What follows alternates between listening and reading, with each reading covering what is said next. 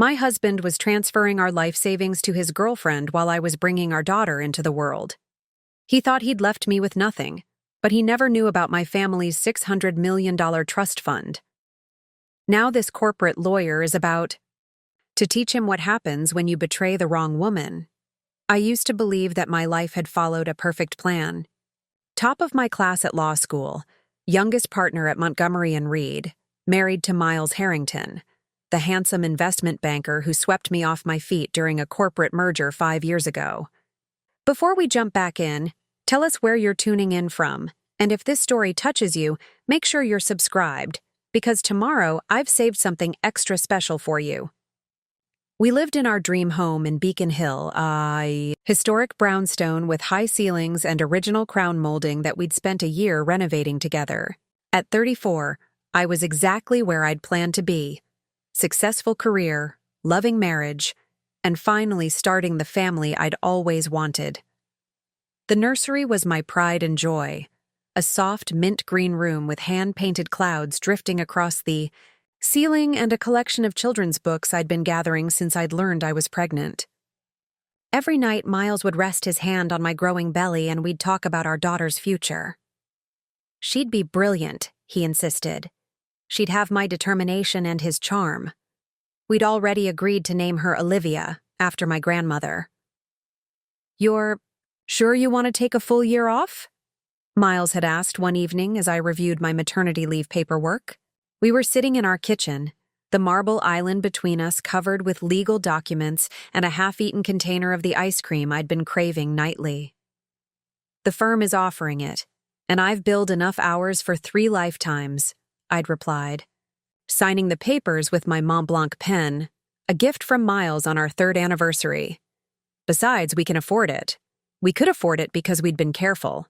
We'd saved diligently, invested wisely. Our joint account held just over $1.2 million, our safety net, our daughter's college fund, our future. I'd insisted on financial transparency from the beginning, a habit instilled by my father, a federal judge who'd seen too many marriages destroyed by financial secrets. What my husband didn't know was that I had secrets of my own. Not the kind that would destroy us, or so I thought, but the kind that my family had always kept close. The Blackwood fortune, accumulated over generations of shipping and real estate investments, had always been managed discreetly. My grandfather had established trust funds for all his grandchildren, but with specific conditions. We wouldn't receive full control until we turned 35 or had our first child, whichever came later. I'd never mentioned it to Miles. Not because I didn't trust him, but because I'd been raised to believe that true character was revealed when people didn't know you had money. My parents had insisted I make my own way, earn my own success. The trust was a safety net, not a shortcut. Besides, at $600 million, it wasn't just money, it was power, responsibility, a legacy. I wanted to be sure I was ready. I wanted to be sure we were ready. The morning my water broke was unseasonably warm for Boston in April. Miles had been acting strange for weeks. Late nights at the office, mysterious phone calls he'd take in another room, a new password on his day. Phone that hadn't been there before. But I'd dismissed my concerns as pregnancy paranoia, choosing to believe that he was just working hard to provide for our growing family. "It's time," I'd said, shaking him awake at 3:42 a.m., trying to keep my voice steady despite the contractions that were already coming faster than I'd expected for early labor. Miles had jumped out of bed, his eyes wide with what I'd interpreted as excitement but later realized was panic. He'd helped me into the car, kissed me quickly, and promised to meet me at the hospital after grabbing the overnight bag we'd forgotten in our rush. "I'll be right behind you," he'd said, his voice oddly strained. "Edwina will meet you there. She's already on her way." Edwina Lawrence had been my best friend since our first day at Harvard Law. She was brilliant, fiercely loyal, and had an uncanny ability to see through people's facades. Miles had never seemed entirely comfortable around her, which I'd attributed to her tendency to ask uncomfortably direct questions. Now I understand he'd sensed her suspicion all along. The next 12 hours were a blur of pain, determination, and ultimately, joy. Olivia Blackwood Harrington entered the world at 3:17 p.m., a healthy 7 pounds, 8 ounces of perfection with a full head of dark hair and her father's dimples. Edwina had stayed by my side the entire time, holding my hand, encouraging me through each contraction, wiping my brow when the pain became almost unbearable. Miles never arrived. His texts came in a steady stream of excuses. Accident on the Mass Pike. Traffic backed up for miles. Battery dying, will update soon. At hour 6, Edwina's expression had hardened. Amber, I need to tell you something, but not now, not while you're doing this. Focus on bringing that beautiful baby girl into the world. We'll deal with everything else after. Her words had sent a chill through me despite the sweat beading on my skin, but she was right. I needed to focus. So I pushed aside the nagging worry, the growing suspicion, and channeled all my energy into the task at hand. When Olivia was finally placed on my chest, her tiny body warm against my skin, her cries subsiding as she found comfort in the familiar sound of my heartbeat, I felt a love so overwhelming it brought tears to my eyes. In that moment, nothing else mattered. Not Miles's absence, not Edwina's cryptic warning. But reality has a way of intruding even on life's most sacred moments. As I held my daughter, marveling at her perfect features, Edwina stepped outside to take a call. When she returned, her face was ashen. What is it? I asked, immediately alert despite my exhaustion. She hesitated, then sat on the edge of the hospital bed. Amber, I had Henrietta check your accounts. Henrietta Morris was the third member of our law school trio, now specializing in financial crimes at the SEC. My brain, foggy from labor and flooded with hormones, took a moment to process the implications. Why would you... My voice trailed off as understanding dawned. Miles transferred everything from your joint accounts this morning, right after he dropped you off. All $1.2 million gone. The room seemed to tilt. That's not possible. There must be some mistake. Edwina didn't respond. Instead, she handed me her phone. On the screen was a bank statement showing a series of transfers, each one moving money from our joint account to an unfamiliar one. The final transfer had been completed at 9:23 a.m., while I was in the most painful stage of labor. There's more, Edwina said softly. The account belongs to someone named Pippa Westbrook. Henrietta did some digging. She swiped to the next screen, an Instagram photo of Miles at a restaurant I didn't recognize, his arm around a stunning blonde woman. The caption read, "Weekend getaway with this handsome man. Blessed, one love." The date, 6 months ago, when I was 3 months pregnant. As the reality of his betrayal crashed over me, Olivia stirred against my chest, her tiny hand grasping my finger. In that moment, something shifted inside me. The shock and pain didn't disappear, but they were joined by something else. A cold, clear determination I recognized from my toughest court battles. Miles Harrington thought he'd left his pregnant wife with nothing while he ran off with his girlfriend and our life savings. He was about to discover how wrong he was. The next 24 hours passed in a surreal haze. The joy of Olivia's birth collided with the devastation of Miles's betrayal, creating a disorienting emotional whiplash. I moved through the necessary motions, feeding my daughter, speaking with doctors, signing discharge papers, with a mechanical efficiency that masked the storm brewing inside me. Edwina had taken charge in her characteristically efficient manner, making calls, coordinating with Henrietta, and ensuring that Miles would not be permitted into the maternity ward should he decide to make an appearance. He didn't. He's turned off his phone, Henrietta reported during her visit the next morning. She brought coffee, real coffee, not the hospital's watery excuse for it, and a determination that matched my own growing resolve. Preparing and narrating this story took us a lot of time, so if you are enjoying it, subscribe to our channel. It means a lot to us. Now back to the story. But I've got eyes on the money. He hasn't moved it again. Yet, I said, adjusting Olivia in my arms as she nursed. The fierce protectiveness I felt for this tiny human had crystallized my shock into something harder, sharper. We should talk about your options, Edwina began carefully. She sat in the visitor's chair beside my bed, her legal pad already filled with notes. Always prepared, always 3 steps ahead.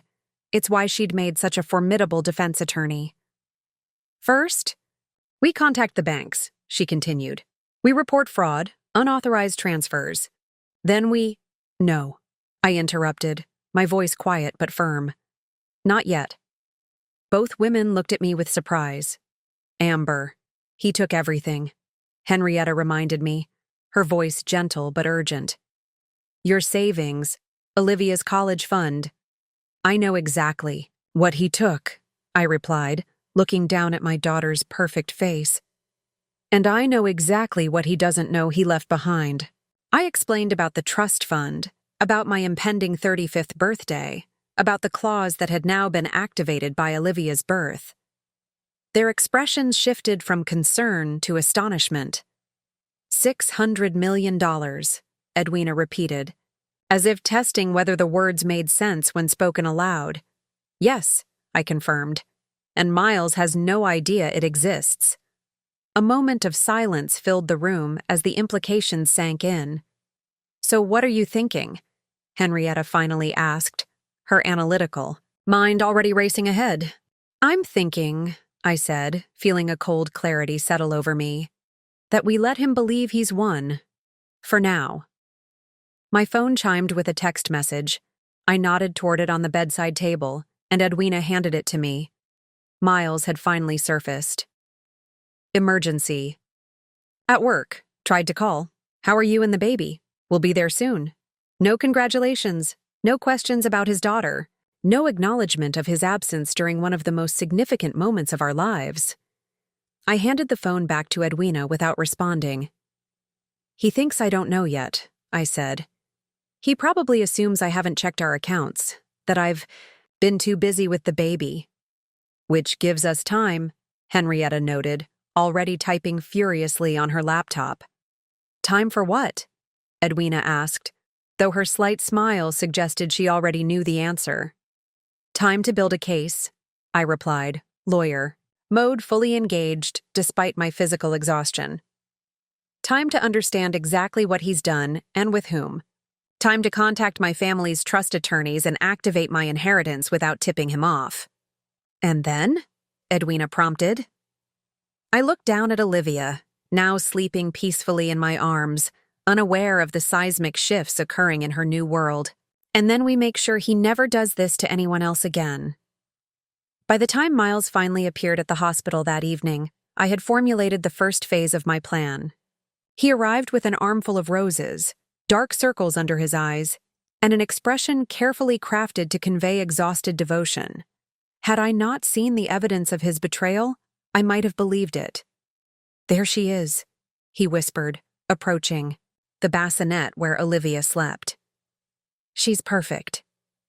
He turned to me, bending to kiss my forehead. You're both perfect. I'm so sorry I missed it. I allowed myself to meet his gaze, searching those familiar blue eyes for any sign of the man I thought I'd married. All I found was a well-rehearsed performance. It's okay, I lied, summoning years of courtroom experience to keep my voice steady. These things happen. Relief washed over his features. It was absolute chaos. The Pike was at a standstill, and then when I finally got through, there was an emergency at the office. The Shanghai deal almost collapsed. Miles, I interrupted gently, touching his arm. It's okay. We're okay. He sat on the edge of the bed, taking my hand in his. I've been so worried about you, both of you. We'll be discharged tomorrow, I said. The doctor says everything looks good. That's wonderful, he replied, squeezing my hand. I've got everything ready at home. I nodded, fighting the urge to pull my hand away. I checked our account earlier, I said casually, watching his face.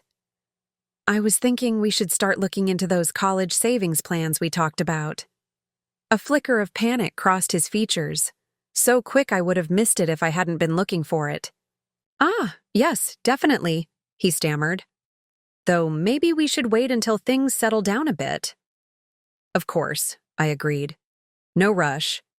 He visibly relaxed, unaware that his reaction had confirmed everything. You must be exhausted, I continued. Why? Don't you go home and get some rest?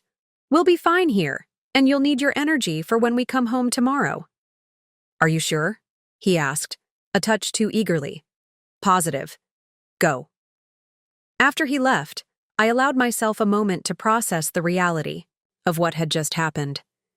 I had lied to the face of the man who had betrayed me in the most fundamental way possible. I had pretended not to know that he had stolen our future while I brought our child into the world. But underneath the hurt, a steely determination was taking root.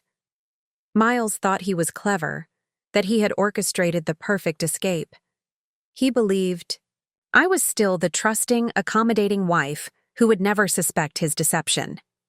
He had no idea who he was actually dealing with. I pulled out my phone and sent identical texts to Edwina and Henrietta. Phase 1 complete. He suspects nothing. Start Phase 2. Then I looked at my sleeping daughter and made her a silent promise. He will never hurt us again. The homecoming was a masterclass in deception, his and mine. Miles had cleaned the house, prepared the nursery, and stocked the refrigerator with my favorite foods. Every detail was calculated to project the image of the devoted husband and father, eager to support his expanding family. If I hadn't seen the bank statements with my own eyes, his performance might have been convincing. I've taken 2 weeks off, he announced as he carried Olivia's car seat into the house, his voice brimming with false sincerity. Richardson wasn't happy, but I told him my girls needed me. My girls. The casual possessiveness in his tone made my skin crawl, but I maintained my facade of grateful exhaustion. That's wonderful. Thank you. I settled onto the living room sofa, wincing slightly at the post-delivery discomfort. I'm sure you have a lot to catch up on, though. Nothing more important than this, he insisted, carefully lifting Olivia from her car seat. He held her with surprising competence, cooing softly as he cradled her against his chest. The genuine affection in his eyes as he gazed at our daughter was perhaps the most confusing element of his betrayal. How could he look at her with such love while simultaneously undermining her future? Over the next few days, Miles played his role flawlessly. He changed diapers, brought me water during middle-of-the-night feedings, and fielded congratulatory calls from friends and colleagues. To the outside world, we were the perfect new family, navigating the exhausting but rewarding early days of parenthood. Behind this domestic facade, however, I was gathering intelligence. While Miles showered, I copied contacts from his phone. When he slept, I documented his recent calls. During his brief trips to pick up groceries, which I suspected were actually check-ins with Pippa, I searched his briefcase and office. The picture that emerged was both more complex and more damning than I had initially thought. This wasn't just an affair. It was a calculated exit strategy. Receipts from a real estate agent specializing in overseas properties, brochures for private schools in Zurich, a dog-eared copy of Living and Working in Switzerland, A Survival. Handbook. Most telling was the business card tucked into his passport. Mason Blackwell, private banking, with a handwritten note on the back, all set for transfer on May 15th. Just 3 weeks away. Edwina came by regularly, ostensibly to help with the baby, but actually to exchange information. We spoke in coded references while Miles was within, earshot, discussing that case from last year or the Johnson settlement. When he was out of the room, we spoke freely. Henrietta's contact at the SEC is interested, she murmured one afternoon while Miles was on a conference call in his home office. The timing of the transfers, the pattern of withdrawals leading up to it, it all suggests premeditation. Criminal. Charges? I asked, keeping my voice low as I burped Olivia. Possibly, but we need more. His communications with this Pippa woman, evidence of planning, maybe testimony from others at his firm. Has he mentioned anyone named Charlie recently? I frowned. Charlie Peters? He's on Miles's team. Why? Henrietta found some interesting communications. It looks like Charlie might be involved somehow. This new information rattled me more than I expected. Charlie had been at our wedding. He'd brought his wife to our dinner parties, sent flowers when we announced my pregnancy. The scope of the betrayal seemed to be expanding, reaching into every corner of the life I thought I'd built. That night, as I fed Olivia at 2 a.m., I found myself staring at Miles's sleeping form, studying the face I'd woken up beside for 5 years. Had any of it been real? How long had he been planning this? The questions circled in my mind like hungry wolves, threatening to devour the last shreds of my composure. For the first time since discovering his betrayal, I felt tears burning behind my eyes. Not for the loss of him. That grief would come later, but for the loss of certainty. I'd built my career on my ability to read people, to anticipate their moves, to understand their motivations. Yet I'd missed the deception unfolding in my own home. I trusted you, I whispered to his sleeping form. I believed in us. He stirred slightly, but didn't wake. Just as well. I wasn't ready for that confrontation. Not yet. The following morning, Miles announced he needed to go into the office for a few hours. Emergency meeting, he explained, not quite meeting my eyes. The Shanghai deal again. Of course, I replied, keeping my tone neutral. We'll be fine. Edwina's coming by later anyway. He hesitated at the door, then returned to kiss Olivia's forehead, and, after a moment's hesitation, mine as well. I love you both, he said, with such conviction that for a split second I almost believed him. After the door closed behind him, I moved quickly. I called Edwina, who arrived within 20 minutes, bringing Henrietta with her. We've got a problem, Henrietta announced without preamble, opening her laptop on the kitchen island. Or rather, another problem. She pulled up a series of documents, financial, statements I didn't recognize, transactions involving large sums moving between unfamiliar accounts. What am I looking at? I asked, adjusting Olivia in my arms. These are from Montgomery & Reed's client trust accounts, she explained, her expression grim. Specifically, ones Miles had access to as part of the Shanghai merger. The implication hit me like a physical blow. He's been embezzling from my firm? Henrietta nodded. It looks that way. Small amounts at first, starting about 8 months ago, but larger sums more recently. The pattern suggests he's been testing the waters, seeing what he could get away with. My God, I whispered, sinking onto a bar stool. This wasn't just about our marriage, our joint accounts. This was criminal activity that could implicate my own firm, my partners, my colleagues, my professional reputation. There's more, Edwina said gently. We found Pippa. She pulled out her phone and showed me a series of photos. Miles and Pippa at a restaurant, at what appeared to be a Swiss chalet, boarding a private jet. In every image, they looked intimate, comfortable, a couple, with history. These go back 18 months, Edwina explained. Well before your pregnancy. 18 months. While I was working 70-hour weeks to make partner, while we were trying to conceive, while I was experiencing morning sickness and planning our future, he had been building a separate life with another woman. And this is from last night, Henrietta added, showing me a final photo. Miles and Pippa outside an apartment building in Back Bay, him kissing her against the door. The last thread of doubt snapped. The evidence was irrefutable. Miles hadn't just betrayed me, he'd constructed an elaborate double life that now threatened everything I'd worked for. I took a deep breath, pushed aside the renewed sting of betrayal, and forced myself to think like the lawyer I was. We need to move faster than we thought. If he's embezzling from client accounts, this isn't just about me anymore. Edwina nodded. What do you want to do? I looked down at Olivia, peaceful in my arms, unaware of the chaos swirling around her. Then I looked back at my two closest friends, determination hardening my resolve. It's time to activate the trust. And then we're going to build a case so airtight he'll never see daylight again.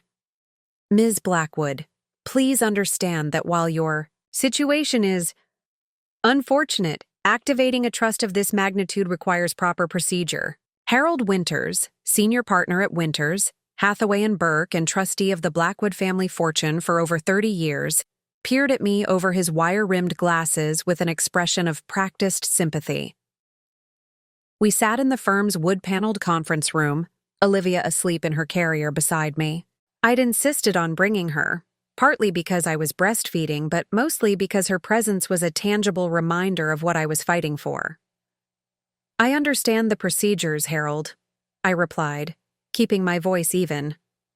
I'm a lawyer, remember? The trust stipulates that I gain full control upon turning 35 or having my first child, whichever occurs later. Olivia is 5 days old. The conditions have been met. Harold sighed, adjusting the stack of documents before him.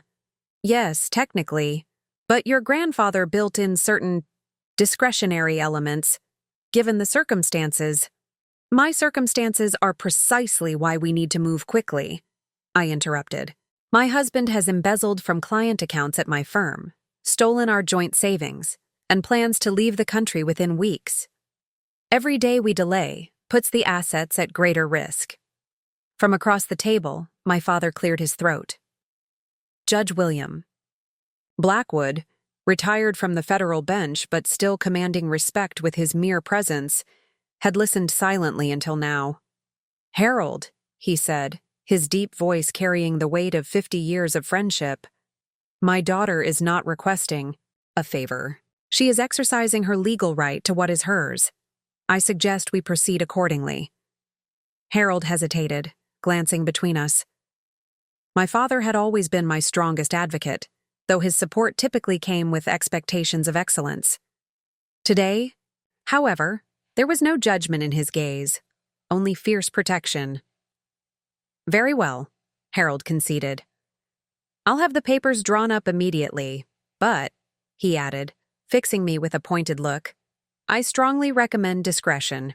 If your husband is indeed planning what you suggest, alerting him to these assets prematurely could complicate matters. I'm well aware, I assured him, which is why we're not just activating the trust, we're restructuring it. I slid a document across the table, one I'd prepared with Edwina's help during late-night strategy sessions while Miles slept obliviously nearby. I want the assets moved to these new entities, with these specific protections in place. Harold skimmed the document, his eyebrows rising incrementally. This is quite comprehensive. It needs to be, I replied simply. As Harold excused himself to consult with his associates, my father moved to sit beside me. He reached out tentatively, touching Olivia's tiny hand with a gentleness few people ever witnessed from the formidable Judge Blackwood. You're doing the right thing, he said quietly. Protecting yourself, protecting her. I nodded, unexpected emotion tightening my throat.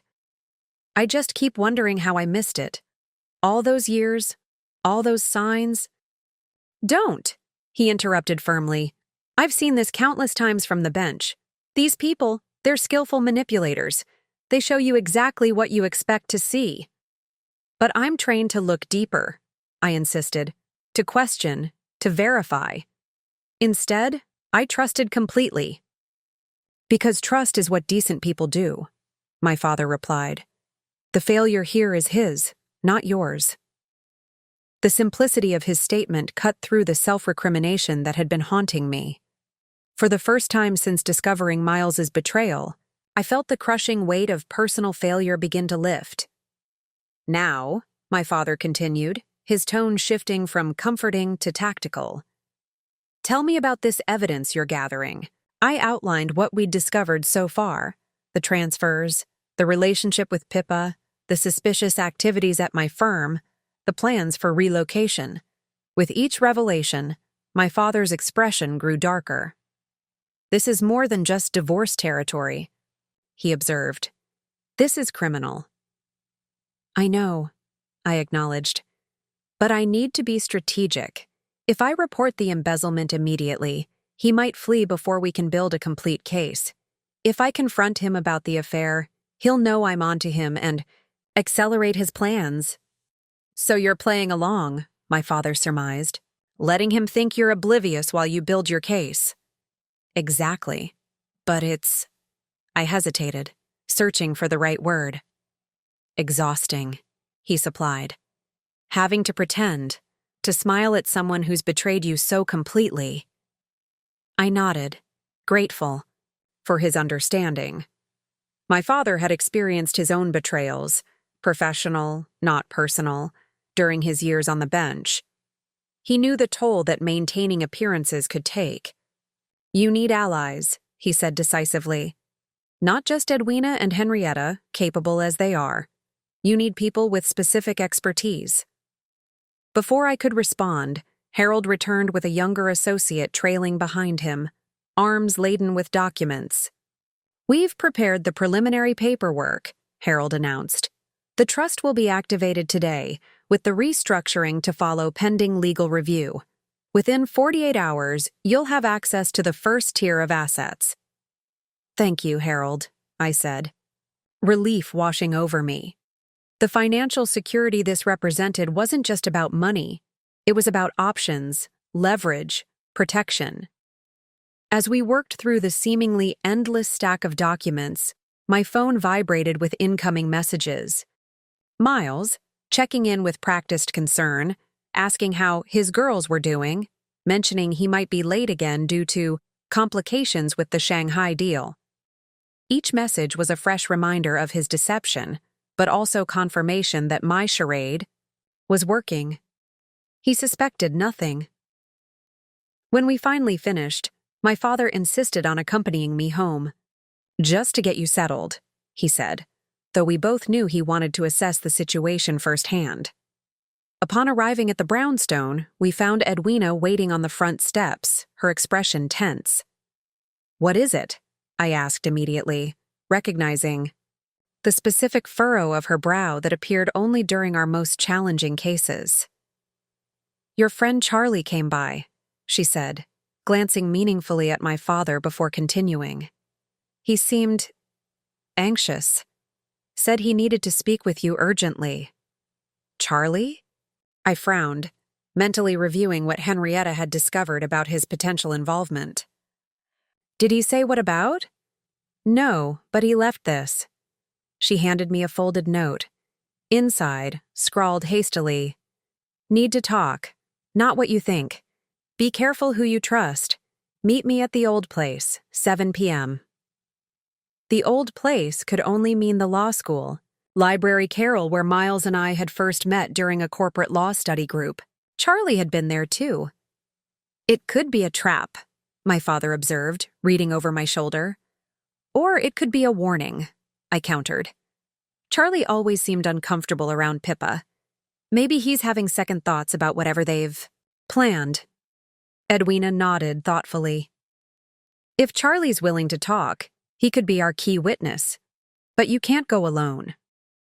I won't, I assured her, already formulating a plan. Dad, can you stay with Olivia? Edwina, call Henrietta. We need surveillance equipment and a recorder. As they mobilized, I prepared myself mentally for the coming confrontation. Charlie might provide the missing pieces we needed, or he might alert Miles to my investigation. Either way, this meeting would mark a turning point. I changed into clothes that projected casual confidence, a nursing-friendly wrap dress, comfortable flats, nothing that suggested I was treating this as anything. more than a friendly catch-up. As I prepared a bottle of expressed milk for Olivia, I realized my hands were steady, my mind clear. The initial shock of betrayal had crystallized into purpose. For the first time since Olivia's birth, I felt like myself again. Not just a new mother, not just a betrayed wife, but Amber Blackwood, the attorney who had never lost a case. And Miles Harrington was about to become my most important victory. Harvard Law School hadn't changed in the years since graduation. The same imposing architecture, the same hallowed quiet, the same sense of history pressing down from every ornate ceiling. As I navigated the familiar corridors toward the library, I felt an unexpected nostalgia for the person I'd been in these halls, determined, ambitious, and utterly certain about my future. Edwina trailed 20 paces behind me, pretending to be absorbed in her phone but actually documenting everything. Henrietta had positioned herself at a study table near the library entrance, equipment discreetly arranged to record any conversation within a 10-foot radius. "Audio check," I murmured into the small microphone concealed in my necklace. "A gift? From my father just hours earlier." "Crystal clear," Henrietta's voice confirmed through the nearly invisible earpiece. The library carrel, where Miles and I had spent countless hours reviewing case law, was tucked in a remote corner of the third floor stacks. As I approached, I could see Charlie already waiting, his lanky frame hunched over the small desk, fingers drumming nervously on its surface. He looked up at my approach, relief washing over his features. "Amber, thank God." "Charlie," I acknowledged, sliding into the seat opposite him. "You wanted to talk?" He glanced around furtively before leaning forward. "I don't have much time. Miles thinks I'm at a client dinner." "What's going on, Charlie?" I kept my tone casual, curious but not accusatory. He ran a hand through his thinning hair, a gesture I'd seen hundreds of times during exam periods. "It's not what you think. Well, not entirely. Miles is in trouble. Serious trouble." "What kind of trouble?" I asked, though I already had a good idea. "He's been moving money around. Client funds. Started small, but it's escalated. He said it was temporary, just to cover some personal investments that went south." Charlie swallowed hard. "I helped him at first, just with the paperwork, just once or twice. But then it became more," I prompted when he faltered. He nodded miserably. He needed access to larger accounts, ones he couldn't reach without additional signatures. I provided them. I didn't ask questions because I didn't want to know. "And Pippa?" The name slipped out before I could stop myself. Charlie's head snapped up, eyes widening. "You know about Pippa?" I kept my expression neutral. "I know enough." He slumped back in his chair. "She's not just his girlfriend, Amber. She's a fixer, specializes in helping people disappear. New identities, offshore accounts, the works." The confirmation sent a chill through me despite my preparation. Hearing it stated so plainly made the betrayal freshly raw. "How long?" I asked, proud of how steady my voice remained. "The affair?" "At least a year and a half. The embezzlement started about 8 months ago when some cryptocurrency investments went bad. But the exit plan..." He hesitated. "That accelerated when you got pregnant." He panicked. My hand instinctively moved to my stomach, now flat again, but still tender. "He panicked because of our baby?" Charlie looked pained. "He never wanted children, Amber. He told everyone it was your idea, that he was going along with it to keep you happy while he finalized his departure. The casual cruelty of it struck me with physical force. All those nights discussing names, his hand on my growing belly, his seemingly genuine excitement at the ultrasound appointments, all carefully calculated performances. "Why are you telling me this now?" I managed to ask. "Because it's gone too far," Charlie replied, rubbing his face wearily. "The amounts he's taking have become significant enough that people will notice soon. And when they do, he plans to be gone, along with all the money, leaving me holding the bag. And you want, what? Immunity? A head start? He shook his head. I want to make it right. I've been keeping records, transfers, meetings, communications. It's all here. He slid a USB drive across the table. Everything you need to stop him. I stared at the small device, suspicion warring with hope. Why should I trust you, Charlie? Because I was there when he fell in love with you, he said quietly. And I was there when he started planning to destroy you. What he's doing. It's not just criminal, it's cruel, and I can't be part of it anymore. I picked up the drive, turning it over in my fingers. What's his timeline? May 15th, everything transfers to untraceable accounts. By May 16th, he'll be gone. Charlie leaned forward intently. But Amber, you need to be careful. If he suspects you know anything— I've been pretending for days, I interrupted. I can keep pretending. His expression softened into something like admiration. You always were the best of us in court. Miles used to say no one could read a witness like you could. The irony wasn't lost on me. Except him, apparently. Charlie shook his head. Don't blame yourself. He studied you, Amber. Learned exactly what you wanted to hear, how to behave to earn your trust. It's what he does. As I absorbed this, a notification chimed on Charlie's phone. He checked it, his face paling. I have to go. Miles is trying to reach me. He stood abruptly. Be careful. And Amber? I'm sorry. For everything. I watched him hurry away, the USB drive heavy in my palm. Through my earpiece, I heard Henrietta's whispered confirmation. Got it all. Crystal clear. As I made my way back to the library entrance, Edwina fell into step beside me. That was unexpected, she murmured. But useful, I replied. Very useful. Outside, the spring evening was mild. Harvard Yard bathed in soft twilight. Students moved between buildings, their futures still unwritten, their paths still certain in their minds. I envied them their certainty, even as I embraced my new clarity of purpose. Miles had underestimated me for the last time.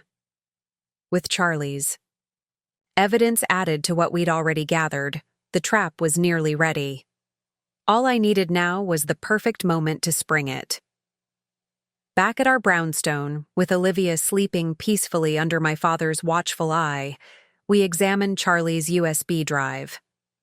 The data it contained exceeded my expectations. Detailed records of every transaction, email exchanges between Miles and Pippa discussing their plans, and most damning of all, recordings of phone conversations in which Miles explicitly outlined his intention to frame Charlie for the embezzlement while he started fresh overseas. This is gold, Henrietta whispered, scanning through financial records with practiced efficiency. Pure, admissible gold. He recorded everything, Edwina marveled, scrolling through folders meticulously organized by date and subject. Charlie must have been planning his exit strategy almost as long as Miles has. I cradled a cup of tea in my hands, watching their analysis with a strange detachment. The evidence before us painted a picture of a man I didn't recognize, calculating, ruthless, devoid of the basic decency I'd attributed to him throughout our marriage. The most recent transfer was yesterday, Henrietta noted, pointing to a transaction record. $245,000 from the Danville account to something called Westbrook Holdings. Pippa Westbrook, I murmured, connecting the dots. He's not even being subtle anymore. My father, who had been silently observing from an armchair near Olivia's bassinet, finally spoke. He's getting careless. That's good. Careless people make mistakes. He's already made his biggest mistake, I replied, surprising myself with the steel in my voice. He chose the wrong woman to betray. The doorbell rang, startling us all. A quick check of the security camera revealed Harold Winters on our doorstep, alone and carrying a leather portfolio. I wasn't expecting you until tomorrow, I said after letting him in. Some developments couldn't wait, he replied cryptically, nodding respectfully to my father before acknowledging Edwina and Henrietta, with a slight bow. In the dining room, Harold spread several documents across the table. The trust activation is complete, he announced. As of 4:30 p.m. today, you have full access to all Blackwood family assets. I should have felt triumphant. Instead, I felt a curious weightlessness, as if one of the anchors tethering me to my old reality had been severed. There's something else, Harold continued, producing a final document from his portfolio.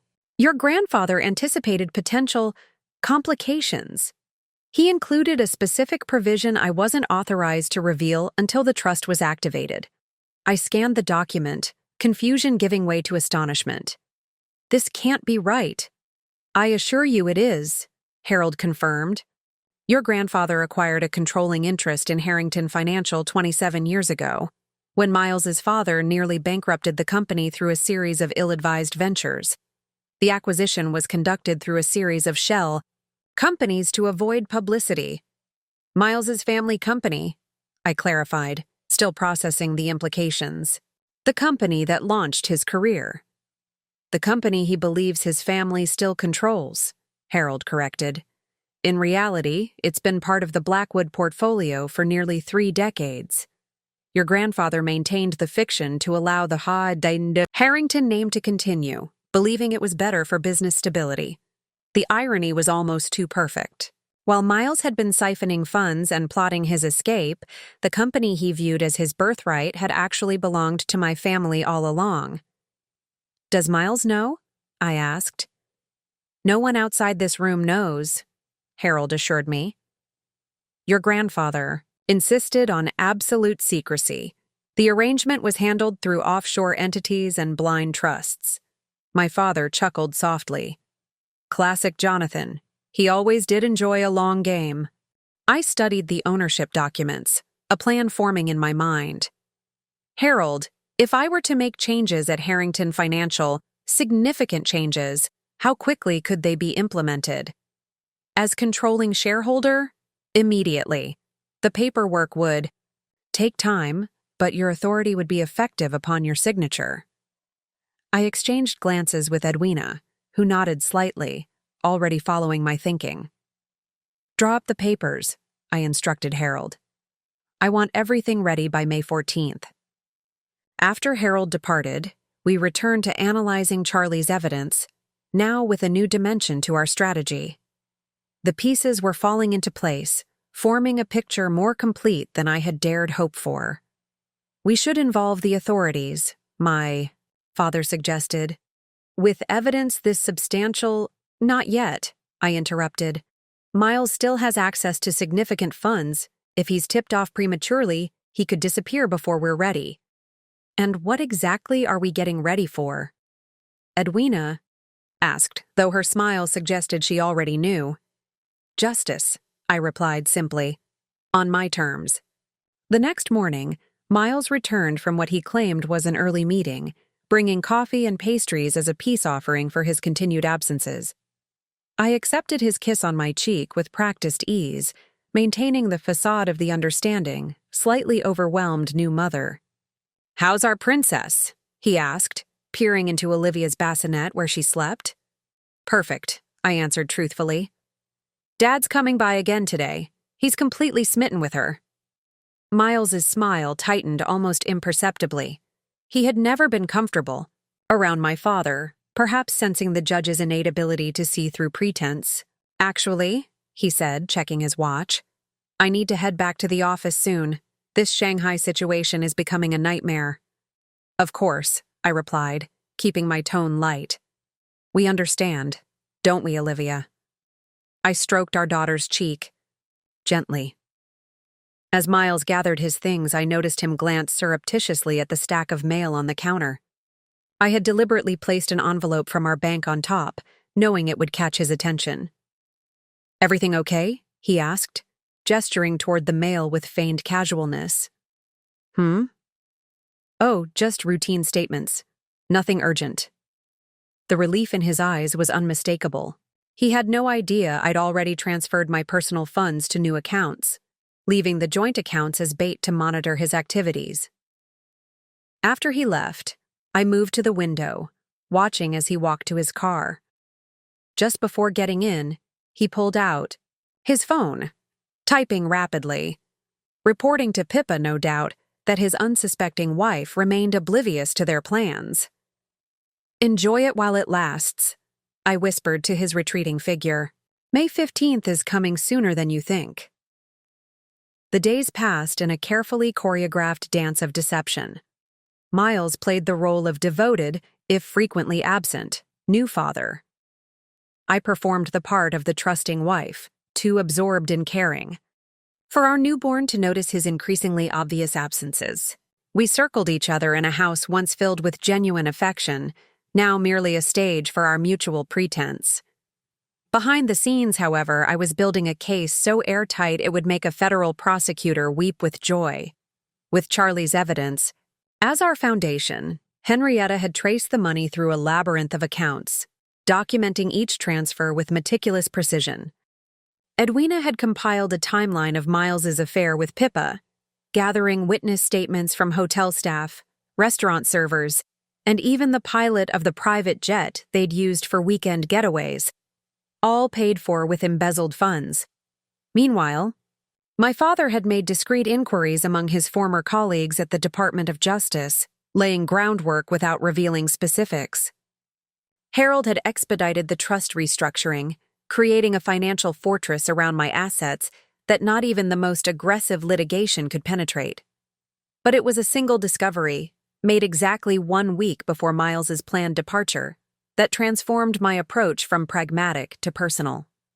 "You need to see this," Henrietta said, arriving unannounced on a Tuesday afternoon. Miles was supposedly in New York for meetings. In reality, he was at a Boston hotel with Pippa, finalizing their escape. She handed me a folder containing documents I didn't immediately recognize. Medical records, not financial statements or legal correspondence. "What am I looking at?" I asked, scanning the unfamiliar format. "Pippa's medical records," Henrietta explained. "Charlie mentioned she had been to a private clinic in Switzerland last year, so I did some digging." I frowned, uncertain of the relevance. "And?" "She's pregnant, Amber. 4 months along." The words hit me with physical force. I sank into a chair, the documents trembling in my hands. 4 months, I repeated, doing the mental calculation. While I was 7 months pregnant with Olivia. Henrietta nodded grimly. "There's more. Look at the patient information form." I flipped to the next page, scanning until I found what she was referring to. Under financial responsibility, Pippa had listed spouse Miles Harrington. "They're married?" I whispered, disbelief warring with a strange hollow feeling in my chest. "Not legally, not yet, but they're presenting themselves as married, at least at this clinic." Henrietta hesitated. "There's one more thing, the last page." I turned to it, then stopped, staring at the genetic screening results. "This can't be right." "I had the same reaction," Henrietta confirmed, "but I verified it through 3 different sources." The genetic screening showed a condition I was all too familiar with, the same rare blood disorder that ran in my family, that my grandfather had suffered from, that I had been tested for during my own pregnancy. Miles has been using my medical insurance for Pippa, I realized, the pieces clicking into place. He's been listing her as me. "Insurance fraud on top of everything else," Henrietta agreed. "But more importantly, the baby might have the same condition as my grandfather," I finished her thought. "A condition that's only detectable with specific tests that aren't standard in prenatal screening." The implications were staggering. While betraying me in the most intimate way possible, Miles had unknowingly entangled our families at a genetic level. Somewhere in Switzerland, Pippa was carrying a child who might share the same rare blood disorder as my relatives, a condition that, if not properly monitored and treated from birth, could lead to serious complications. I looked up at Henrietta, my decision crystallizing. "We need to move now, not May 15th. Now." She nodded, already pulling out her phone. "I'll call Edwina. What's the plan?" "Get everyone here in 2 hours, and find out exactly where Miles and Pippa are right now." I stood, a cold clarity settling over me. It's time they learned exactly who they've been dealing with. By late afternoon, the brownstone had transformed into a command center. My father had called in a favor with a former colleague who now headed the Financial Crimes Division at the FBI. Harold had arrived with the final trust documents requiring only my signature to activate. Edwina had prepared legal filings ready, to be submitted to the court at a moment's notice, and nestled in her bassinet, blissfully unaware of the storm gathering around her, Olivia slept peacefully. "Miles and Pippa are at the Archer Hotel downtown," Henrietta reported, setting up her laptop. "They've booked the suite for the next 2 nights." "And you're certain about this approach?" my father asked, his concern evident. "Once we move, there's no going back. No possibility of a quiet resolution." I looked around at the people who had rallied to my side, who had helped me transform from victim to architect of justice. Then I glanced at my daughter, the ultimate innocent in this tangled web of deceit, I'm certain, I replied. "Miles chose this path when he decided to steal from my firm, empty our accounts, and start a second family while I was carrying his child." I picked up the pen Harold had placed before me. Now I'm choosing how this story ends.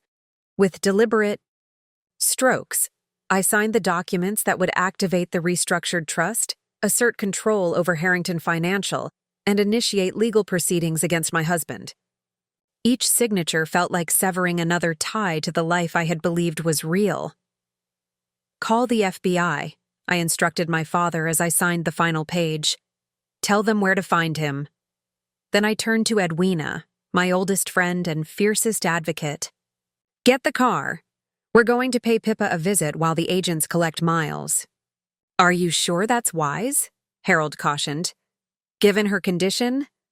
"I'm not going to cause her stress," I assured him. "I'm going to save her baby's life." As I prepared to leave, I bent to kiss Olivia's forehead, drawing strength from her. Innocent perfection. "It's time to show your father who Mommy really is," I whispered. The Archer Hotel stood like a glass sentinel in downtown Boston, its sleek facade reflecting the late afternoon sun. As Edwina drove, I reviewed the dossier Henrietta had compiled on Pippa Westbrook, 31 years old, former model turned executive consultant, specialized in helping wealthy clients transition to international lifestyles. A euphemism for facilitating disappearances, apparently. "Are you ready for this?" Edwina asked as we pulled into the hotel's circular drive. I checked my reflection in the visor mirror, noting how different I looked from the trusting wife I'd been just weeks ago. My eyes held a hardness that hadn't been there before, a clarity, born of betrayal and resolve. "I've been preparing for this moment my entire career," I replied, smoothing my blouse. "I just never thought I'd be deposing my husband's pregnant girlfriend." The hotel's marble lobby hummed with quiet luxury, muted conversations, the gentle tinkling of piano music, staff moving with practiced deference. At the front desk, I presented myself with the confidence that had won me countless courtroom victories. "Amber Harrington," I said, using the name Miles had registered under. "My husband should be expecting me." The concierge checked his computer, his practiced smile never wavering. "Of course, Mrs. Harrington. Mr. Harrington mentioned you might be joining him. Shall I announce you?" "No need," I replied smoothly. "I'd like to surprise him." Keycard in hand, Edwina and I rode the elevator to the penthouse suite in silence. The gravity of what we were about to do, of what was already happening across town as FBI agents moved to arrest Miles, settled over us like a heavy cloak. "Whatever happens," Edwina said just before the doors opened, "remember why you're doing this." I nodded, the image of Olivia's innocent face fixed firmly in my mind. The suite was silent when we entered, but not empty. Pippa Westbrook sat on the terrace, her back to us, gazing out over the Boston skyline. Even from behind, I could see why. Miles had been captivated. Her elegant profile, the cascade of blonde hair, the poised way she held herself. She hadn't heard us enter. I cleared my throat. Pippa Westbrook? She turned, confusion flickering across her face before recognition, dawned.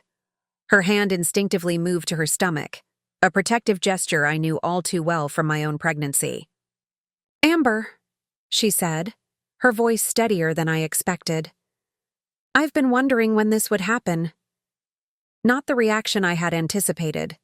No panic, no denial, just a calm acknowledgement that had me momentarily wrong-footed. "May I sit?" I asked, gesturing to the chair opposite her.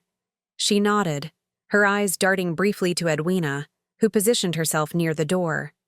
Not threatening, but decidedly present. "I suppose you're here about the money," Pippa began once I was seated. "Among other things," I acknowledged, "but not in the way you might think." Her perfectly shaped eyebrows rose slightly. "No?" "No." I leaned forward, maintaining eye contact.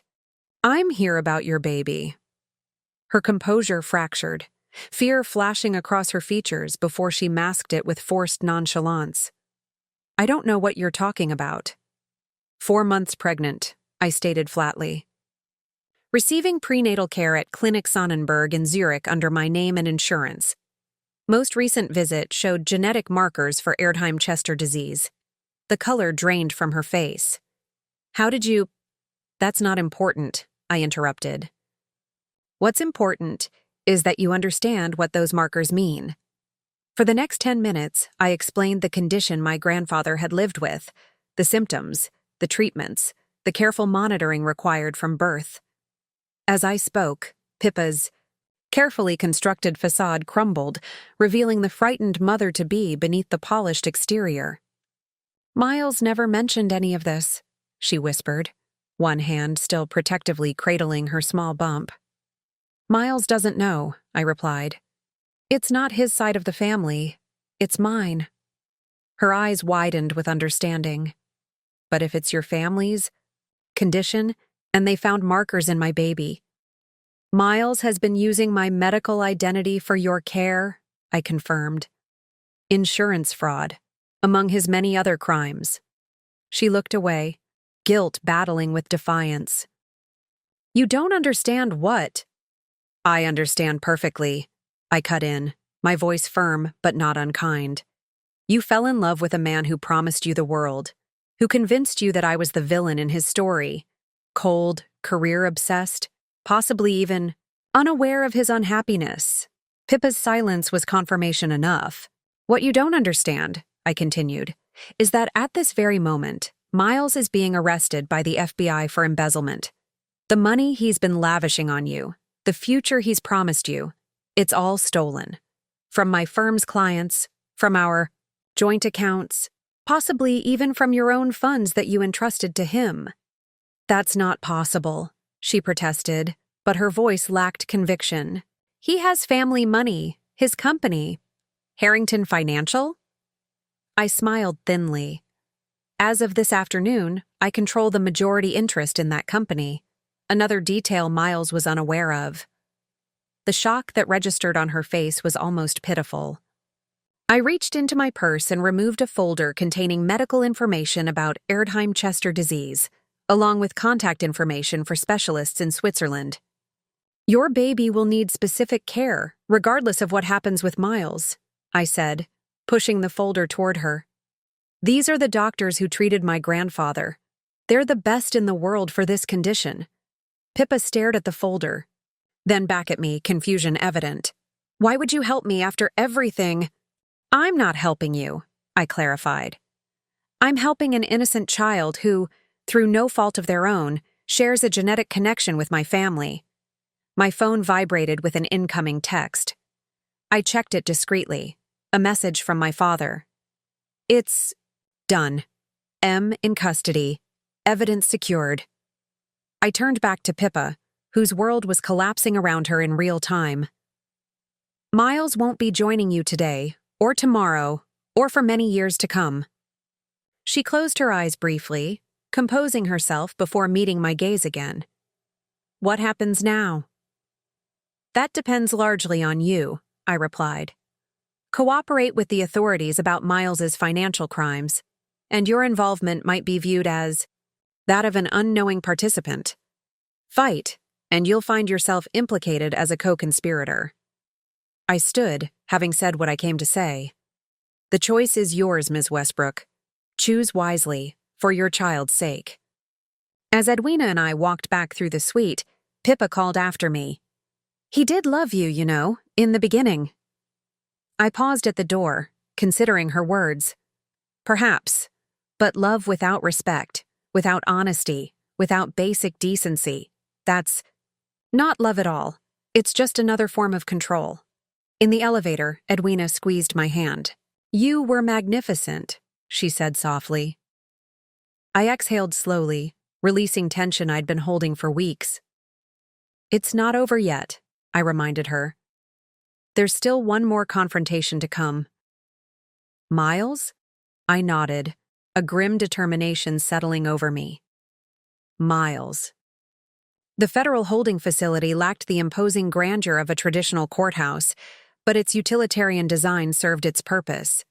Clean lines, beige walls, fluorescent lighting that cast everyone in the same unflattering pallor. I had visited places like this dozens of times in my professional capacity, but never as a witness against my own husband. My father waited for me in the sparse lobby, his expression a careful neutral that he'd perfected over decades on the bench. Beside him stood Special Agent Catherine Doyle, a former clerk of his who now headed the FBI's Financial Crimes Division in Boston. Ms. Blackwood, she greeted me, extending her hand. She deliberately used my maiden name, a small courtesy that didn't go unnoticed. Thank you for coming in person. Has he said anything? I asked, bypassing pleasantries. Demanded his lawyer. Claimed a misunderstanding. The usual first reactions, Agent Doyle replied. But when we showed him some of the evidence, particularly the recordings from Mr. Peters, he became significantly less talkative. I nodded, having expected as much. Miles had always calculated odds quickly. He would already be assessing his limited options. He's asked to speak with you, Agent Doyle continued. Obviously, that's entirely your choice. We have more than enough evidence to proceed without any additional testimony. I want to see him, I said firmly. My father stepped forward, concern evident in his eyes. Amber, are you certain that's wise? You've accomplished what was necessary. The legal process will handle the rest. This isn't about the case, I explained.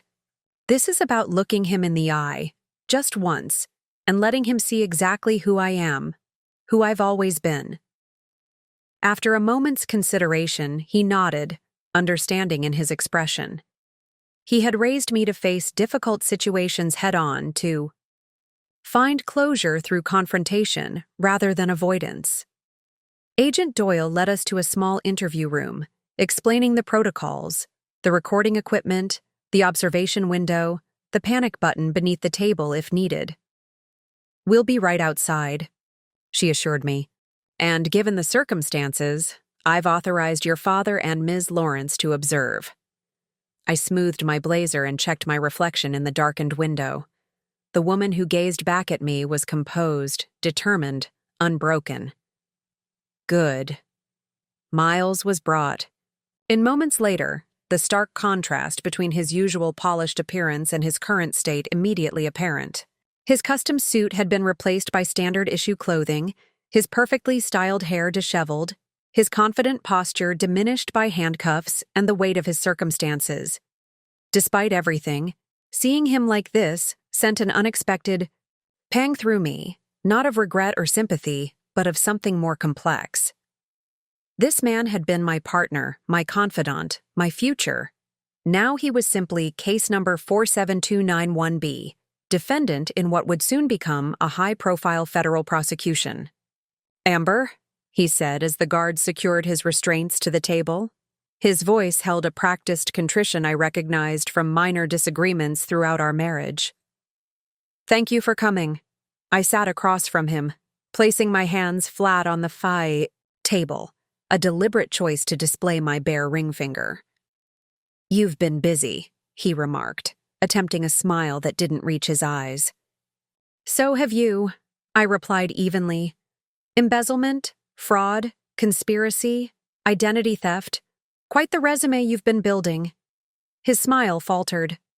"There's been a misunderstanding. When all the facts come to light—" "Stop," I interrupted, my voice quiet but firm. "The facts have already come to light, Miles. All of them. Charlie gave us everything. Every transfer, every email, every recorded conversation where you planned to frame him while you disappeared with Pippa and my money." He flinched at Charlie's name, genuine shock crossing his features. "Charlie? But he was more loyal to the law than to you?" "Yes, it appears so." Miles leaned back, reassessing the situation with the same analytical precision that had once made him a formidable investment banker. "So that's why you're here? To gloat?" "No," I replied calmly. "I'm here because I wanted you to know exactly who bankrupted you, who exposed you, who ended your carefully constructed escape plan. Not some nameless FBI agent, not an anonymous tip. Me. You," he repeated, a hint of his old arrogance returning. "And how exactly did you manage that? Our accounts were joint, but they're empty now. Your firm will fire you once they realize. Your husband was stealing from clients. Your reputation— My firm already knows everything," I cut him off. "In fact, they're cooperating fully with the investigation, since the evidence makes it clear this was your operation alone." I allowed myself a small smile. "As for money, that's where things get really interesting." I explained about the trust fund, watching his expression shift from dismissive to stunned as the magnitude of what he'd thrown away dawned on him. $600 million, he repeated, his voice hollow. All this time, I confirmed. "And that's not all. Harrington Financial? Your family legacy that you were so proud of? My grandfather acquired controlling interest 27 years ago. The company you thought was your birthright has actually been part of my family's portfolio for nearly 3 decades." The color drained from his face as the full implications registered. "That's not possible." "I've reviewed the documentation myself," I assured him. "As of yesterday, I've officially assumed control as majority shareholder. Your father will be removed from the board by the end of the week."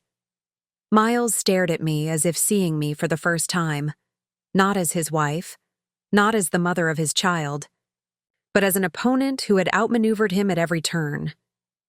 "Why are you telling me this?" he finally asked, genuine bewilderment in his voice. I leaned forward slightly. "Because I want you to understand what you've lost. Not just your freedom, not just your reputation, but the life you could have had if you'd simply been honest. If you'd been the man I thought you were." "And Olivia?" he asked, something like genuine concern flickering across his features. "Will grow up knowing that her mother stood up for what was right, even when it was difficult," I replied. "As for you, that's for the courts to decide." I stood, having said what I came to say. Miles looked suddenly smaller, diminished not just by his circumstances, but by the knowledge of what he'd thrown away. "Amber," he called as I turned to leave. "What about Pippa? Her baby?" I paused, my hand on the door. "I've insured the child. Will receive proper medical care for their condition. Beyond that, Pippa's fate depends largely on her willingness to cooperate with investigators." "Medical condition?" Confusion clouded his features. "Perhaps you should have paid more attention during those genetic counseling sessions," I suggested. "Or at least asked questions when you were fraudulently using my medical insurance for your girlfriend's prenatal care." I left him with that final revelation, another piece of his carefully constructed plan that he hadn't fully understood. As the door closed behind me, I exhaled deeply, feeling as though I'd finally set down a burden I'd been carrying since that first hospital notification. My father and Edwina were waiting, concern evident in their expressions. "It's done," I said, simply. "He knows everything." "And how do you feel?" my father asked gently. I considered the question, searching for the right words to describe the complex emotion settling over me. "Free," I finally answered. "I feel free." The media eruption was immediate and overwhelming. "Banking heir arrested in massive fraud scheme," screamed the headlines. "Prominent banker embezzled millions while wife gave birth," declared another. Within hours, every major news outlet had picked up the story, their coverage a mix of financial crime reporting and salacious personal details. I had anticipated the publicity, but underestimated its ferocity. Reporters camped outside our brownstone, necessitating security measures that transformed our home into something resembling a fortress. My firm issued a statement expressing shock and emphasizing my complete non-involvement. But the association alone was enough to generate speculation. Through it all, I maintained public silence, focusing instead on Olivia and the legal proceedings that would determine Miles's fate. The evidence against him was overwhelming, not just Charlie's meticulous records, but additional documentation uncovered during the FBI's search of his office and the offshore accounts Henrietta had traced. On the third day following his arrest, I received an unexpected call from Agent Doyle. "He's talking," she informed me without preamble. Full confession, names, dates, accounts, everything. I paused in the middle of folding Olivia's impossibly tiny clothes, surprised by the sudden development. "Why the change of heart?" "His attorney advised cooperation after reviewing the evidence," she explained. "But personally, I think your visit did it. He seems, I don't know, resigned, like he's finally accepting reality." After thanking her, I sat in the nursery's rocking chair, watching Olivia sleep. The confession was practically a formality given the mountain of evidence, but it represented something significant nonetheless. Miles had finally stopped running, stopped lying, stopped pretending. Later that afternoon, a courier arrived with a thick envelope. Inside was a handwritten letter, 20 pages of Miles's distinctive script addressed to me. I hesitated before opening it, unsure whether I wanted to subject myself to whatever justifications or manipulations it might contain. "You don't have to read it," Edwina advised when I showed her the envelope. "You don't owe him your attention." No, I acknowledged, but I think I need to. For closure. Alone in my study, with Olivia napping under my father's watchful eye, I finally opened the letter. "Amber, by the time you read this, my formal confession will be recorded. There's nothing in these pages that will change the legal proceedings, nothing that will mitigate what I've done. This isn't a plea for mercy or understanding. It's simply the truth, something I should have offered you long ago. I never intended for any of this to happen." That sounds like an excuse, but it's where I need to start. When we met at Harvard, everything I told you about myself was true. I was the ambitious son determined to restore my family's financial legacy. I genuinely believed Harrington Financial was mine to inherit, to build upon. Learning that it has actually belonged to your family all these years explains so much about my father's bitterness, his constant pressure, his insistence that I reclaim our position. I loved you then, truly. You were everything I admired, brilliant, driven, principled. I wasn't pretending during those early years. Our life together, our plans, our connection, it was real. The change began 3 years ago when several investments collapsed simultaneously. Private investments my father had pressured me into, using money I didn't actually have. I borrowed against our future, convinced I could fix it before you ever knew there was a problem. One desperate decision led to another, each one taking me further from the man you thought I was, the man I wanted to be. Pippa wasn't planned. We met during that Tokyo conference when I was particularly low, drinking too much, feeling trapped by mounting debts and lies. She represented escape, simplicity, a world without the constant fear of discovery. I told myself it was temporary, meaningless. By the time I realized it had become something else entirely, I was already in too deep to find an honorable way out. When you told me you were pregnant, I should have been overjoyed. Instead, I panicked. Another responsibility. Another person, who would eventually discover my failures.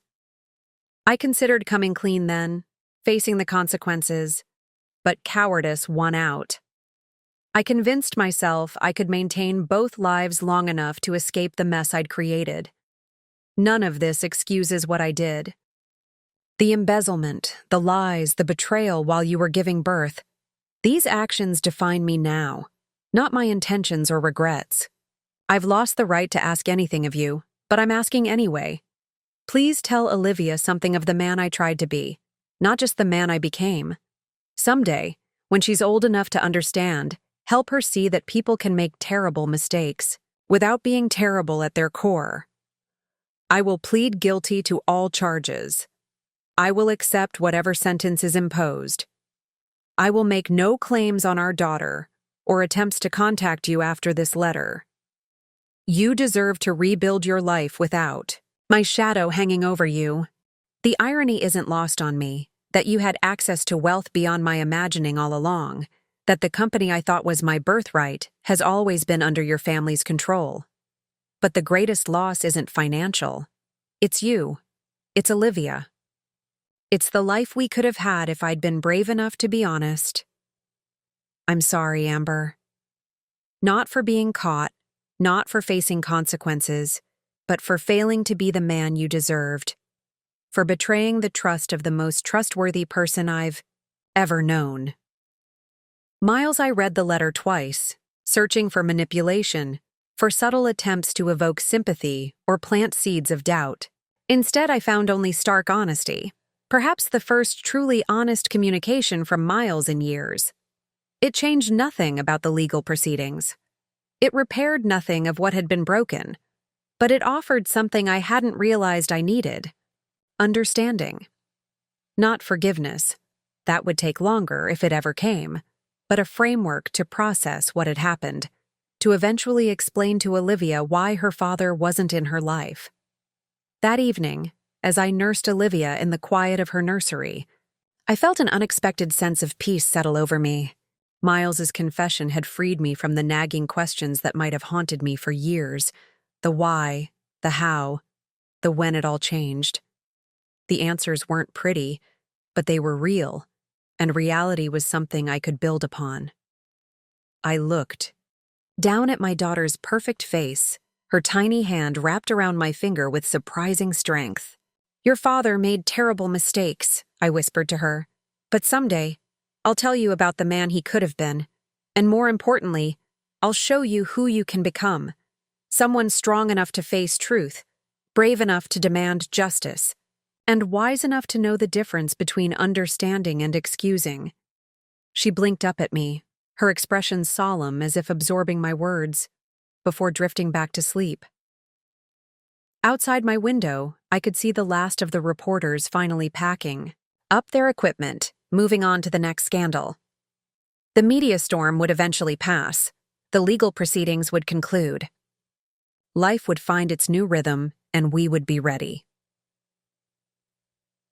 3 months after Miles's arrest, on a bright July morning, I stood in the federal courthouse, watching as he entered his formal guilty plea. The proceeding was brief, clinical, a stark contrast to the emotional chaos that had preceded it. Miles, thinner now and dressed in a suit that hung slightly loose on his frame, spoke in clear, measured tones as he admitted to all charges. How do you plead? Judge Thornton asked after each count was read. Guilty, Your Honor, Miles repeated, 16 times in total. I sat in the back row, observing not as his wife, but as another attorney in the room, analyzing the procedural elements with professional detachment. Miles never turned to look for me in the gallery, respecting the boundary I had established in my only response to his confession letter. I will attend the plea hearing. Please do not acknowledge me. When the judge scheduled sentencing for the following month and remanded Miles back into custody, I felt an unexpected sense of finality. This chapter was closing, not with dramatic confrontation, but with the mundane machinery of justice. Paperwork, docket numbers, scheduling orders. Outside, the courthouse, away from the reporters still hungry for a statement, Edwina handed me a thick envelope. "The divorce papers," she confirmed, "ready for your signature." I had delayed filing, wanting to wait until after the plea was entered. Now there was nothing holding me back. The terms were straightforward: full custody of Olivia, no spousal, support in either direction, complete separation of assets. Miles had agreed to everything without negotiation. "Are you sure about the name change?" Edwina asked as I reviewed the documents one last time. I nodded. Olivia deserves a fresh start, free from the baggage of the Harrington name. Olivia Blackwood connects her to a legacy of strength, not scandal. That evening, alone in my study, after signing the papers that would legally end my marriage, I found myself at a crossroads. The immediate crisis had passed. The legal matters were proceeding as expected. Financial security was assured. But the larger question remained: what now? My firm had granted me extended leave, making it clear my position awaited whenever I was ready to return. The trust was fully under my control, generating more income than I could reasonably spend in a lifetime. Harrington Financial, now quietly rebranded as Blackwood Capital, was operating under new management, its reputation slowly recovering from Miles's crimes. All the external pieces were falling into place. Yet internally, I still felt unsettled, as if waiting for the next crisis to emerge. My father found me sitting in the dark, Olivia asleep in my arms as I contemplated the path forward. "It's time," he said simply, sitting beside me. "Time for what?" "Time to stop reacting and start creating," he clarified. "You've handled the crisis brilliantly, protected yourself, protected Olivia, ensured justice. But that's defense. Now you need offense." I considered his words, recognizing their truth. Since discovering Miles's betrayal, every action had been responsive: investigating his crimes, securing my assets, navigating the legal system. I had been so focused on addressing the immediate threat that I hadn't allowed myself to envision a future beyond it. "What do you want, Amber?" my father asked gently. "Not what do you need to protect, not what do you need to fix. What do you want to build?" The question lingered in the air between us, compelling me to look beyond survival to possibility. For the first time in months, I allowed myself to contemplate not just what I was leaving behind, but what lay ahead, what I might create from the ashes of betrayal. I began slowly, the vision taking shape as I spoke, to build something meaningful. The media eventually tired of our story, particularly after Miles received his 15-year sentence without the dramatic courtroom confrontation they'd hoped for. We faded from the headlines, replaced by newer scandals and fresher outrage. The reporters outside our home dwindled from dozens to none, allowing a semblance of normalcy to return. Divorce became final with the same bureaucratic efficiency that had characterized the criminal proceedings: paperwork filed, waiting periods observed, signatures authenticated. The legal dissolution of our marriage was completed exactly 6 months after Miles's betrayal came to light, marked only by a certified letter confirming my return to Blackwood as my legal surname. My father returned to his life in Westchester, though he visited weekly, his gruff exterior softening noticeably around Olivia. Edwina and Henrietta, having seen me through the worst of the crisis, resumed their demanding careers while remaining constant presences in our lives. Charlie, granted immunity for his cooperation, relocated to Chicago to rebuild his career away from the lingering shadow of the scandal, and I began the painstaking process of reconstructing a life that bore little resemblance to what I had planned. The brownstone, once my dream home, now felt tainted by memories of a marriage built on deception, Each room held echoes of conversations that seemed hollow in retrospect, moments of supposed intimacy that I now questioned. After weeks of waking in the middle of the night, unsettled by the familiar surroundings, I made my decision. I'm selling the house, I announced during Sunday brunch with Edwina and Henrietta. Olivia, now 5 months old and developing a personality as determined as my own, babbled in her bouncer beside us. "Where will you go?" Henrietta asked, not questioning the decision itself, which seemed inevitable to those who knew me best. "My grandfather's estate in Concord," I replied. "It's been sitting empty since he passed. The trust administrators have maintained it, but it needs life again." The property was a New England classic.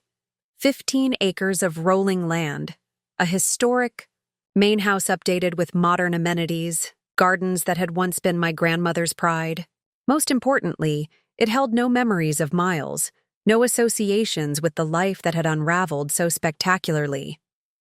As autumn painted Massachusetts in brilliant color, Olivia and I settled into our new home. The move represented more than a change of address. It was a deliberate step toward reclaiming agency over my narrative. Each room I renovated, each decision I made about the property, reinforced my autonomy. The first major gathering at our new home was Olivia's christening, a small ceremony attended only by our closest circle. Standing in the garden where I had played as a child, watching my father cradle his granddaughter with uncharacteristic gentleness, I felt an unexpected sense of alignment. As if despite the painful detour, I had somehow arrived exactly where I was meant to be. "You're different," Edwina observed later as we sat on the terrace, watching the sunset paint the sky in shades of pink and gold. "Not just stronger, more purposeful." I considered her assessment, recognizing its accuracy. The betrayal had forced me to excavate and examine parts of myself long subsumed by the comfortable patterns of my marriage. The woman who emerged from that painful archaeology was indeed different, more defined, more deliberate in her choices. "Necessary adaptation," I suggested, sipping my wine. "Like legal evolution after a significant precedent changes the landscape." Edwina smiled at the lawyer's metaphor. "And what precedent has been established here?" I looked toward the nursery, window where Olivia had just been put down for the night, then back at the vast property stretching before us, the tangible beginning of our new life. "That endings can be beginnings," I replied. "That what's broken doesn't define what can be built." The autumn breeze carried the scent of wood smoke and ripening apples, sensory anchors to this moment of transition. Miles was gone, our shared life dismantled. Yet here, in this place of new beginnings, I felt strangely complete, as if the painful fracture had allowed something essential to finally emerge intact. Winter descended on Concord with unforgiving intensity.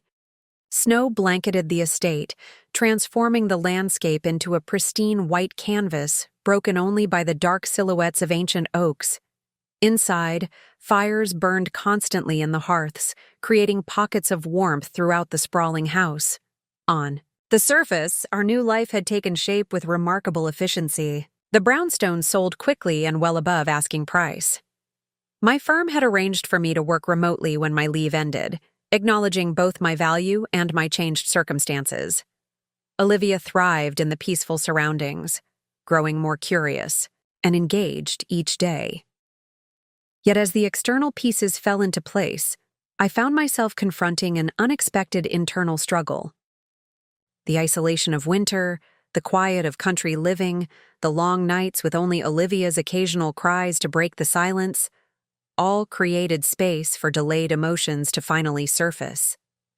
It began with dreams, vivid reconstructions of moments, with Miles that now played out with sinister undertones, as if my sleeping mind was reprocessing memories through the lens of what I now knew.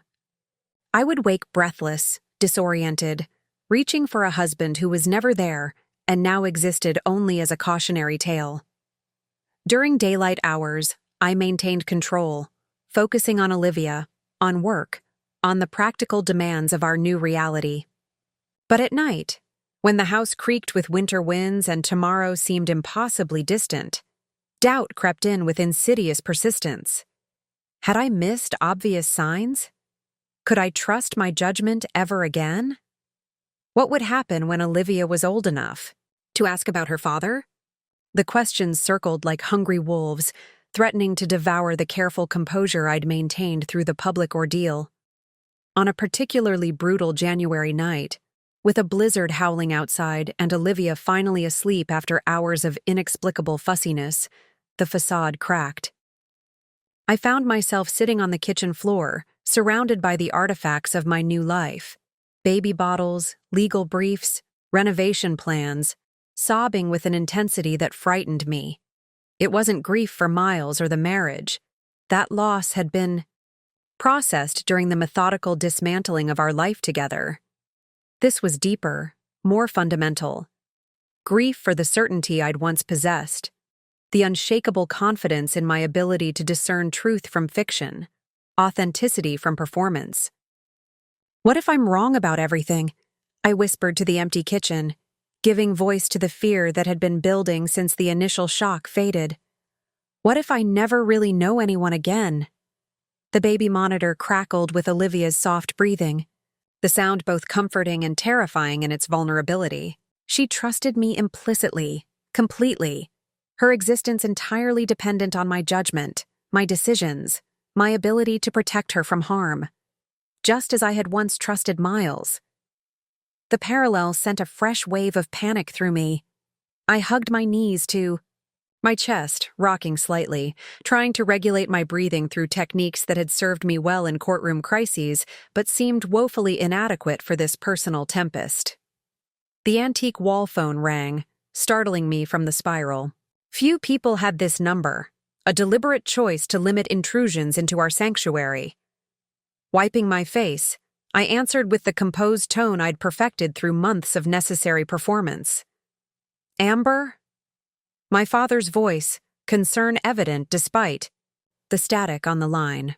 The storm knocked out power in half the county. Are you and Olivia all right? We're fine, I assured him automatically. Generators running, we have plenty of supplies. A pause, then, and you?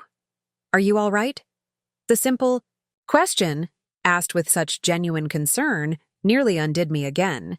I considered offering the standard reassurance, maintaining the image of unshakable resilience I'd cultivated so carefully. Instead, I took a shuddering breath and spoke the truth I'd been denying even to myself. No, I admitted, my voice barely audible. I'm not all right at all. My father's response was immediate and uncharacteristically gentle. I'll be there in an hour. Stay warm. After hanging up, I remained on the kitchen floor, simultaneously ashamed of my breakdown and relieved by the simple act of acknowledgement. The pretense of perfect recovery had become its own kind of prison, isolating me as effectively as Miles's betrayal. Outside, the storm continued its assault, wind howling through bare branches like a physical manifestation of my internal turmoil. But for the first time since discovering Miles's deception, I allowed myself to fully feel its impact, not as a strategic problem to solve, but as a profound wound requiring genuine healing. My father arrived through the blizzard as promised, snow-coating his usually immaculate appearance, concern etched into the lines of his face. He said nothing about finding me red-eyed and disheveled, simply hung his coat by the fire and made tea with the practiced movements of a man accustomed to caring for himself. When your mother died, he began without preamble, placing a steaming mug before me. I thought I would never trust my judgment again. I looked up, surprised. My father rarely spoke of my mother's illness and death when I was 12, a subject treated as closed, processed, resolved through his characteristic stoicism. You were always so certain, I said, so definitive about everything. He shook his head, a sad smile playing at the corners of his mouth. That came later. For the first year, I questioned every decision. Should I have insisted on different treatments? Should I have taken her to Switzerland sooner? Should I have noticed the symptoms before they became unmanageable? The parallels to my own circular questioning were unmistakable. What changed? I asked. Time, partially, he acknowledged. But mostly, I realized something important. Doubt serves a purpose, but it cannot be allowed to become your primary residence. He reached across the table, covering my hand with his own. You're not wrong to question, Amber. You're wrong to believe those questions define you. The simple wisdom of his statement penetrated the fog that had enveloped me for weeks.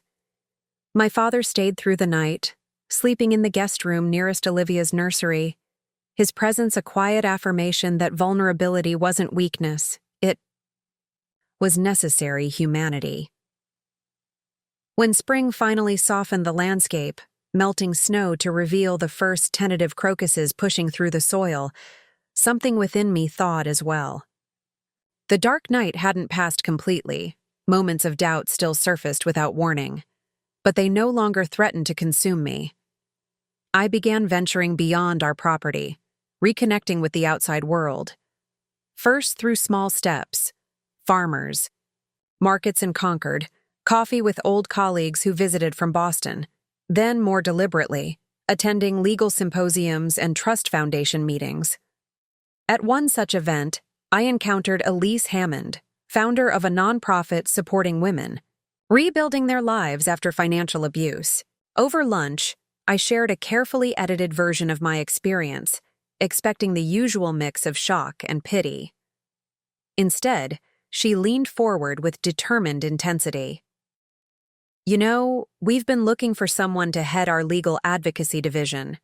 Someone who understands both the technical aspects and the emotional reality.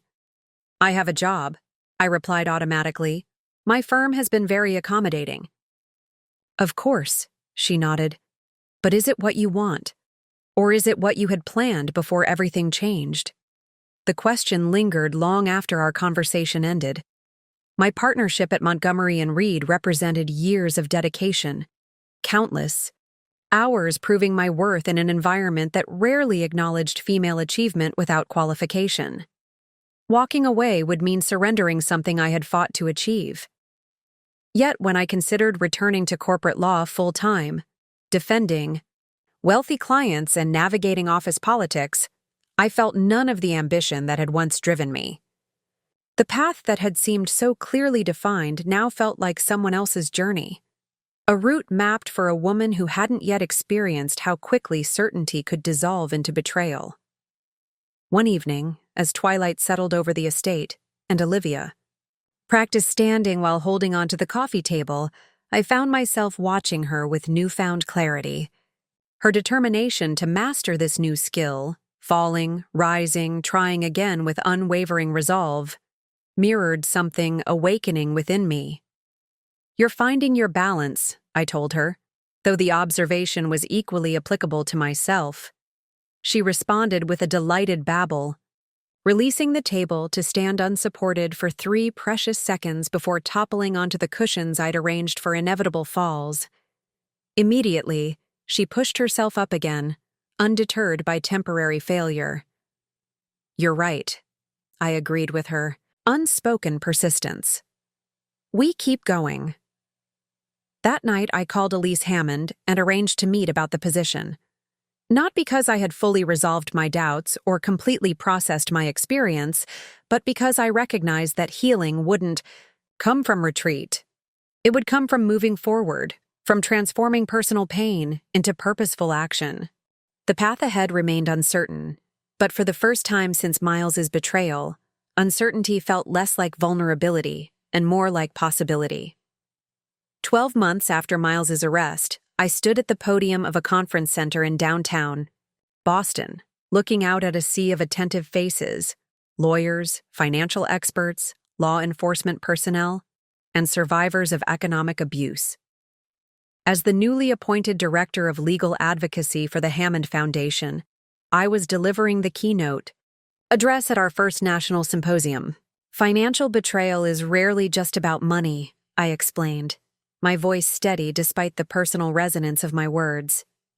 It's about power, control, and the deliberate undermining of autonomy. When someone you trust violates that relationship, through economic deception, they're not just stealing assets. They're attempting to steal your agency, your security, your future. The audience nodded in recognition, many taking notes or recording the session. In the front row sat my strongest supporters, Edwina and Henrietta flanking my father, who held Olivia on his lap. At 18 months old, she was unlikely to understand the proceedings, but I wanted her present for this milestone, even if only I knew its significance. Our foundation's mission goes beyond crisis intervention, I continued. We're creating systemic change, pressing for legislative reform, establishing precedents in family courts, and providing financial literacy education to vulnerable populations. Because knowledge, as we all know, is more than power, it's protection. As I outlined our initiatives and introduced the experts who would lead subsequent sessions, I observed the faces before me with a lawyer's practiced attention. They represented the various touchpoints of my own journey, legal professionals who understood the technical aspects, advocates who recognized the emotional toll, survivors whose experiences echoed elements of my own story. My remarks complete, I moved to the side of the stage while the Foundation's founder took my place to introduce the day's agenda. The transition from corporate attorney to nonprofit director had not been without challenges. A significant salary reduction despite my personal wealth, the steep learning curve of advocacy work, the skepticism from former colleagues who viewed my career change as an emotional reaction rather than a deliberate choice. Yet as I watched the symposium unfold, these challenges seemed insignificant compared to the work's meaning. In helping others navigate circumstances similar to my own, I had discovered purpose more satisfying than any courtroom victory. The true test came during the afternoon panel discussion where I had agreed, after months of consideration, to publicly acknowledge my personal connection to our mission. Not in lurid detail, Olivia's privacy remained paramount, but with enough transparency to lend authenticity to our work.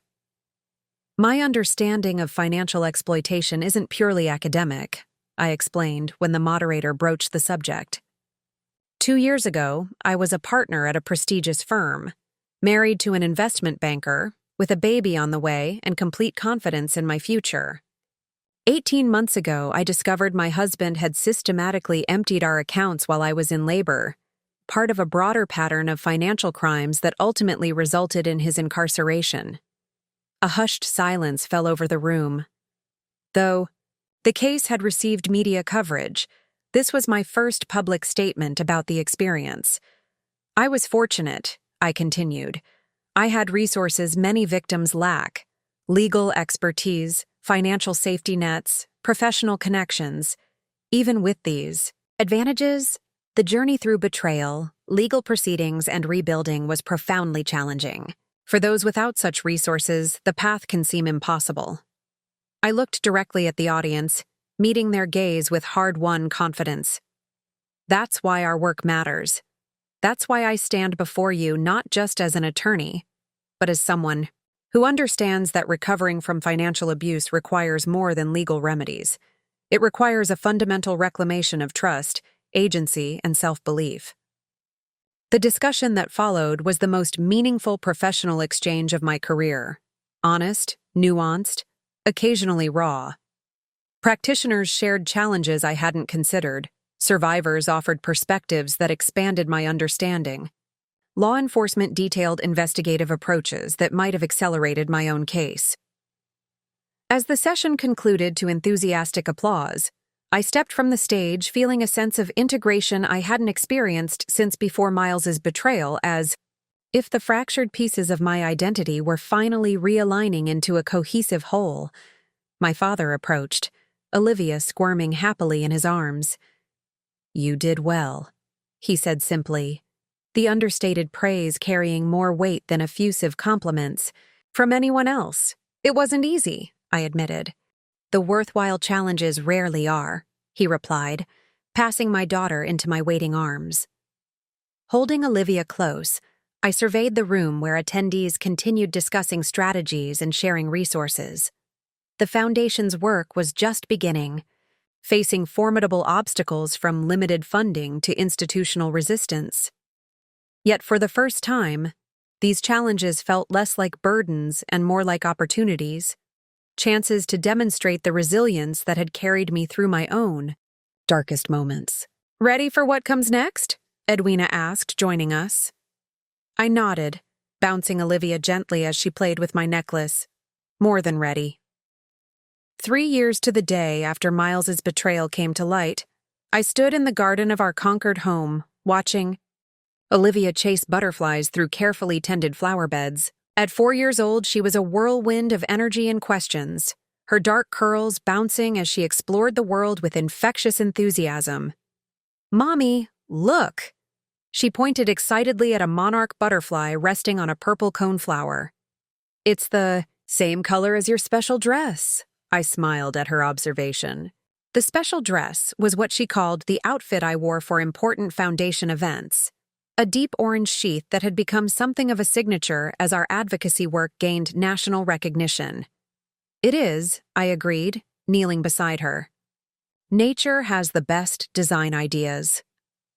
The Hammond Foundation had expanded beyond our initial projections, now operating in 12 states with a growing legal team specializing in economic justice. My role had evolved from program director to executive leadership, balancing strategic vision with hands-on advocacy that kept me connected to the individuals we served. Miles remained in federal prison halfway through his sentence. Our communication was limited to matters directly concerning Olivia, though these were infrequent. He had respected my boundaries, never attempting to insert himself into our lives beyond the occasional birthday card or holiday greeting for his daughter. Olivia knew a carefully age-appropriate version of her father's absence, that he had made mistakes that hurt people and was now making amends. Someday, when she was older, the full story would be necessary. For now, this simplified truth seemed sufficient for her developing understanding. My personal life had found its own quiet equilibrium. I dated occasionally, approaching relationships with hard-earned discernment rather than the desperate avoidance or reckless abandon that might have characterized earlier attempts at moving forward. Some prospects had been deterred by the complexities of my past. Others had demonstrated insufficient depth for the woman I had become. I was in no rush. The desperate need for partnership that had once defined my concept of success had been replaced by a more holistic understanding of fulfillment, meaningful work, true friendships, the joy of motherhood, and the quiet satisfaction of living authentically.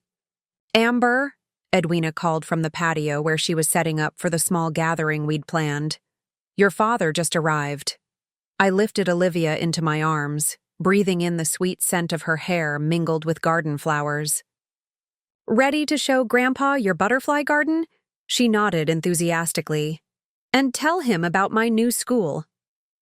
As we walked toward the house, I caught sight of myself reflected in the French doors, a woman I now recognized and respected, bearing little resemblance to the shell-shocked new mother who had discovered her husband's betrayal during her most vulnerable moment.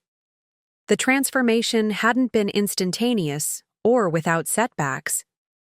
There had been days of doubt, nights of anger, moments when the weight of rebuilding had seemed insurmountable, but like the garden that had evolved from neglected grounds to thriving ecosystem, the reconstruction had occurred through consistent attention, deliberate choices, and the patience to allow natural growth processes their necessary time.